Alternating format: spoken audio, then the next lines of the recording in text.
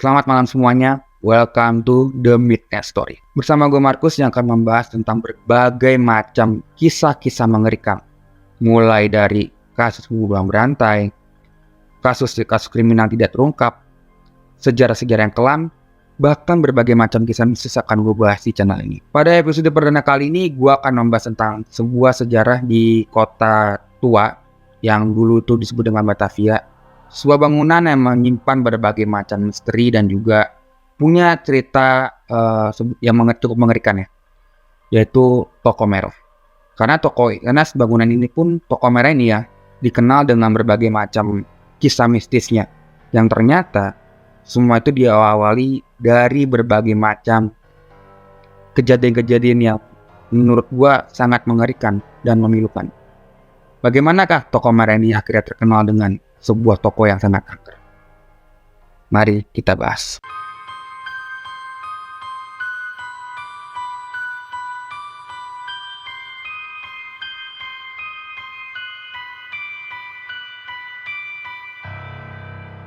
Nah, sebelum gue membahas lebih jauh lagi tentang Toko Merah, mari kita bahas dulu tentang asal mula Toko Merah ini. Toko Merah dibangun tahun 1730 oleh seorang saudagar Belanda bernama Pieter van den Broek, yang juga menjabat sebagai Gubernur Jenderal Hindia Belanda. Nah, pada tahun 1750 sampai 1780, Toko Merah pernah menjadi kediaman beberapa Gubernur Jenderal hingga kemudian beralih menjadi kampus dan juga asrama Akademi Angkatan Laut. Lalu pada tahun 1786 sampai 1808 digunakan sebagai hotel untuk para pejabat. Pada tahun 1809 sampai 1813, kepemilikan bangunan jatuh kepada Anthony Nakera dan dijadikan sebuah rumah tinggal. Nah, awalnya ternyata Toko Merah ini memiliki tampilan batu bata yang tidak diplester.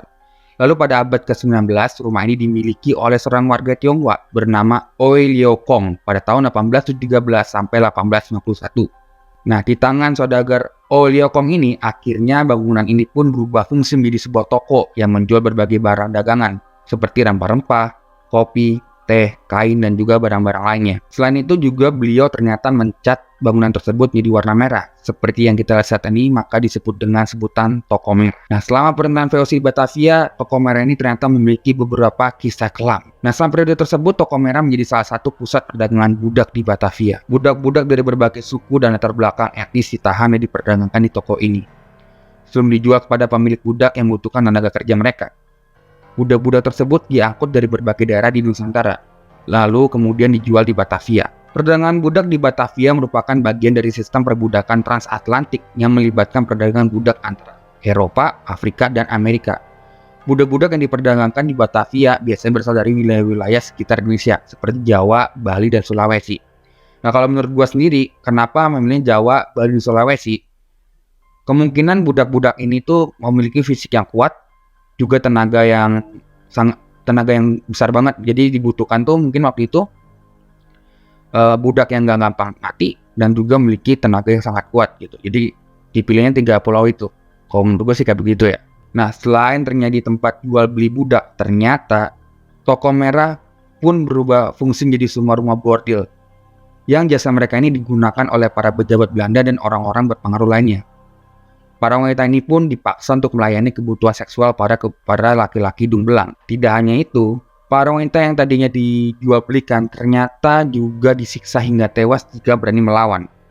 Dan tidak hanya itu, ternyata Toko Merah juga menjadi saksi bisu kejadian pembantaian etnis Tionghoa pada tahun 1740 yang dinamakan dengan tragedi Geger Pacinan. Karena ternyata diketahui gedung itu juga menjadi tempat penyiksaan warga-warga Tionghoa, atau bisa disebut dengan mungkin info yang beredar adalah wanita-wanita Tionghoa yang berani melawan, yang pada akhirnya tak ayal banyak banget kejadian mistis di toko tersebut, mulai dari penampakan noni Belanda di jendela hingga banyaknya masyarakat mendengar jeritan hingga siksaan dan berbagai suara yang didapat jelaskan sumbernya.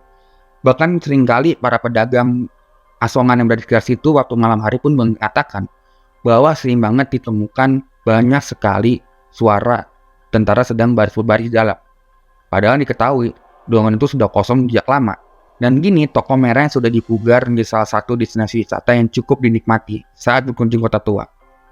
Dan itulah kisah tentang Toko Merah Jakarta yang ternyata memiliki kisah kelam dan tragis. Pesan dari gue untuk episode kali ini adalah setiap tempat pasti memiliki kisah yang kelam dan tentu tidak dapat dilupakan. Jadi mari kita hargai dan kita jaga pelestariannya. Nah, sekian dulu episode kali ini. Jangan lupa kalian like, subscribe, dan juga komen. Boleh juga mampir ke Instagram pribadi gue, yaitu di @brian_markus, dan juga follow Instagram The Millionaire Story.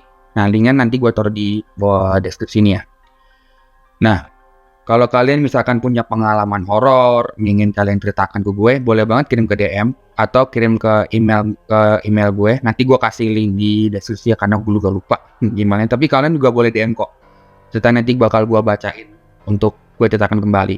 Atau kalian mungkin juga punya sebuah kisah sejarah yang pengen gue bahas, pengen gue ceritain ulang gitu, boleh banget tulisnya di kolom komentar. So, sampai jumpa di episode selanjutnya. Selamat malam.